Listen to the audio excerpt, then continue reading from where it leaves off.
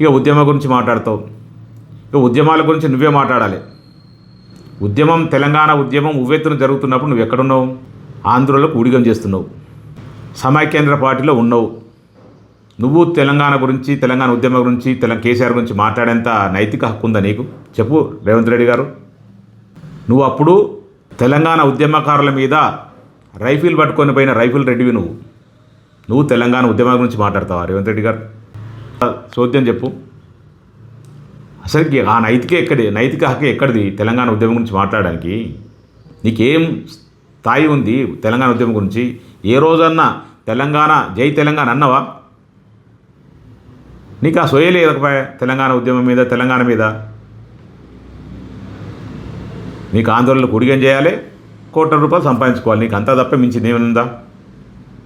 తెలంగాణ ఉద్యమకారుడు రాసుకుండేంద్ర నాకు అర్థం కాలేదు. తెలంగాణ ఉద్యమకారుడు ఎవడన్నా, చిన్న పిల్లగాడన్నా, పెద్దవాళ్ళన్నా, ఎవరన్నా కూడా, తెలంగాణ యావత్ భారతదేశంలో ఎవరన్నా కూడా తెలంగాణ ఉద్యమకారుడు ఎవరు అంటే కేసీఆర్ గారు. కేసీఆర్ గారి వల్లనే తెలంగాణ వచ్చింది. అది అందరికీ తెలిసిన విషయం.